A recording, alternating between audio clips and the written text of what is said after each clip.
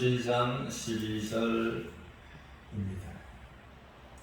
소망 중에 즐거워하며 환난 중에 참으며 기도에 항상 힘써라. 아멘. 환난을 견디게 하는 소망이라는 주제로서 오늘을 나누고자 합니다. 우리는 살아가면서 고생감래라는 말을 또 하고 들으면서 살아간다고 하는 것입니다. 그러므로 본문의 말씀을 통해서는 환난을 참고 기도하라 라고 말씀하십니다. 그것은 즐거운 소망이 있기 때문에. 그러므로 우리는 생각하면은 또 사람들 흔히들 말하기를 성도는 죽으면은 천국 간다라는 말들을 또 하고 들으면서 살아간다는 것입니다.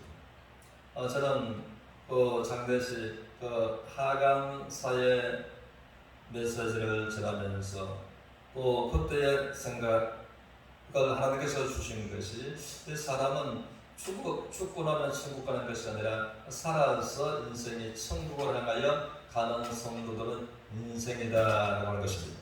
그리고 우리가 하루하루 살아가는 것은 우리가 눈물도 없고 슬픔도 없고 이별도 없고 죽음도 없는 하나님의 사랑과 위로가 우리와 함께 하시고 우리가 하나님을 섬기면서 또 외로웠던 것, 슬펐던 것, 고통스러웠던 모든 눈물을 닦아주시고 위로하시는 하나님의 그 사랑만 충만한 그 천국을 향해서 우리는 날마다 그 천국을 향해서 하루 가고 있는 것입니다.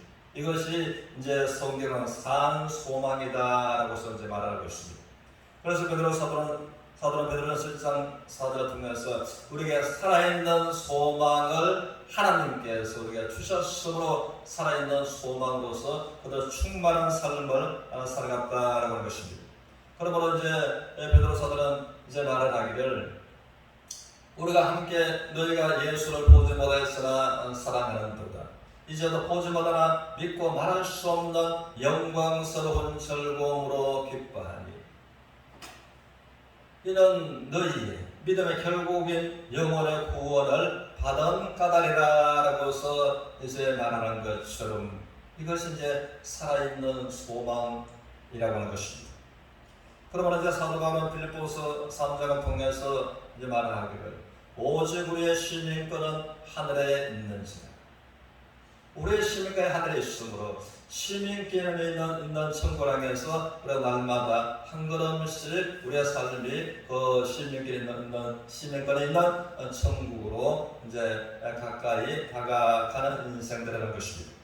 그러므로 우리의 주님께서 우리의 인생을 부르실 때에 이제는 우리의 주님의 말씀처럼 현재 우리의 몸은 낮고 천한 몸이다 라고 말씀하십니다. 이 낮고 천한 몸, 우리가 병들기 쉽고 또 우리가 실수하기 쉬운 이 몸을 우리 주님께서 부활하신 영광스러운 몸처럼 영광의 주님의 몸처럼 우리가 동등되게 변하게 되는 그 순간이 이제 천국으로 들어가는 그 때의 모습을 하는 것입니다.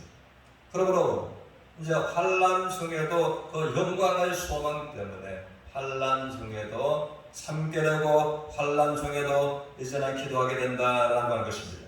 그러나 여기서 환난이라고 하는 것은 경제 압박, 그리고 건강 악화 이와 같은 것을 성경에서는 환난이다라고서 말하는 것입니다. 그러면 이제 욥기서 1, 2장을 보면은 욥에 관해서는 말할 수 없는 경제 압박과 또 감당하기 힘든 건강 악화 상태였다고 하는 것입니다. 이것이 이제 환난이었습니다. 그런데 그는 하나님을 말미암는 소망이 충만했습니다. 그러므로 그 가운데서도 그는 하늘나라의 소망을 생각하고 하나님께 기도하는 사람이었습니다. 그러므로 그는 이제 욥기 23장 10절의 말씀을 통해서 그러면 내가 이 시련 가운데 있으므로 이 하나님께서 나를 시련하시는 이 시련의 기간이 끝이 나면 내가 정금처럼 내가 나오리라 라고서 그런 하나님 앞에 믿음을 고백한 것이었습니다. 그리고 19장 26절 이하에서는 내가 이 육체 밖에서 영광의 하나님을 바라보리 그럼 우리가 이제 육체가 있으므로 우리가 고난을 당하고서 슬픔을 겪게 되는데, 우리는 언젠가 육체 밖에서 영광의 주님을, 하늘나라를 이제 우리가 바라보고서 육체 밖에서 우리가 하나님을 배울 그때가 있는 것이 우리가 살아있는 소망인 것입니다. 그러므로 이제 로마서 8장 18절에 관해서, 그러므로 이제 환난에 관해서 우리가 살아가면서 겪는 환난은 하나님께서 우리에게 허락하시는 영광과 비교할 수 없다라고서 이제 고백한 것입니다. 그래서 베드로전서 1장 7절을 통해서 너희의 믿음의 시련이 불로 연단하여도 없어질 것보다 더 귀하여 예수님께서 오실 그때에 영광과 존귀를 얻게 하려 함이라고 해서 이제 말하는 것입니다. 그런데 우리가 살아가면서 성도들이 시험이 있고 시련이 있다는 것입니다. 그러므로 이제 시험은 하나님께서 말씀하시기를 하나님은 아무도 시험하지 않으시고 시험도 받지 않으시고, 그러므로 시험은 이제 악한 사단으로부터 오는 것이라고 하는 것입니다.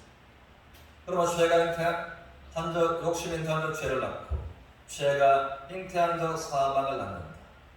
그러므로 모든 시험은 그 사람의 욕심에 끌려서 오는 시험이므로 사람이 시험을 받을 때 내가 하나님께 시험을 받는다고 말하지 말라.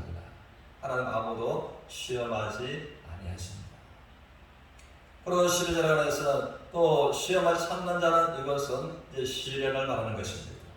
하나님께서 그 믿음을 성장케 하기 위해서 아이들이 자라려면 성장통을 겪는 것처럼 하나님께서 그를 이제 믿음으로 연단하고 성숙해 하시는, 그러므로 믿음을 테스트 하시면서 한 걸음씩 한 걸음씩 높은 단계로 올라가게 하시는 그것이 이 시련이다 라고 하는 것입니다. 우리가 하나의 이제 모델을 보는 것들은 아브라함에 관해서 저것을 말씀하셨습니다. 첫째는 이제 그 집에서 길리온 그 종과에 분리할 것을 말씀하셨습니다. 그리고 엘리에셀에 관해서 그 분리할 것, 그건 철저하게 그를 상속자로 믿고 기둥처럼 의지했던 분리할 것을. 그 다음에는 이삭 전에 그는 이스마엘. 그럴 때에 하나님께서는 그 이스마엘을 이제는 그 여종과 함께 내어봅니다. 그러면 아브라함이 깊이 근심하였다. 그리고 하나님께서 완전한 성숙한 단계로서 하나님께서 시련으로 이끌어 가시는 것이 네가 사랑하는, 네가 아끼는 독자 이삭을 번제로 죽여서 불로 태우는 그 번제로 내게 드리라. 그러므로 이것을 이제 처음부터 그것을 요구하셨더라면 아브라함은 결코 할 수가 없었을 것입니다. 이것이 하나님께서 테스트, 하나님께서 하나님 말미암는 시련이라고 하는 것입니다. 그래서 야고보서 1장 10절을 통해서 그러므로 이 시련을 참는 자는 복이 있는 자다. 하나님으로부터 옳게 여김을 받게 되고 생명의 면류관을 얻을 것이기 때문이다 하고서 이제 성경을 만드는 것입니다. 그러므로 하나님으로부터 오는 이 시련을 잘 참고 견디고 감당하는 자들에게 이 복은 이 세상에서, 천국에서는 복이 필요 없는 것입니다. 복 자체이기 때문에.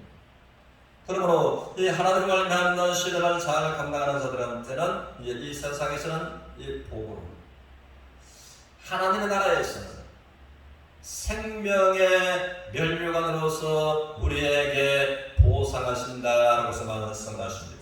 그러므로 이제 본문의 말씀을 통해서 그러므로 우리가 이제 소망 중에 설구하며 환난 중에 참으며 영광의 소망을 생각하고 이 환난과 영광, 잠깐과 영원을 생각하면서 환난 가운데서 우리가 하나님의 뜻을 묻고 하나님 앞에 기도하고 완전한 소망을 향해서 우리가 믿음으로 나아가는 서로가 되시기를 주님의 이름으로 축원합니다.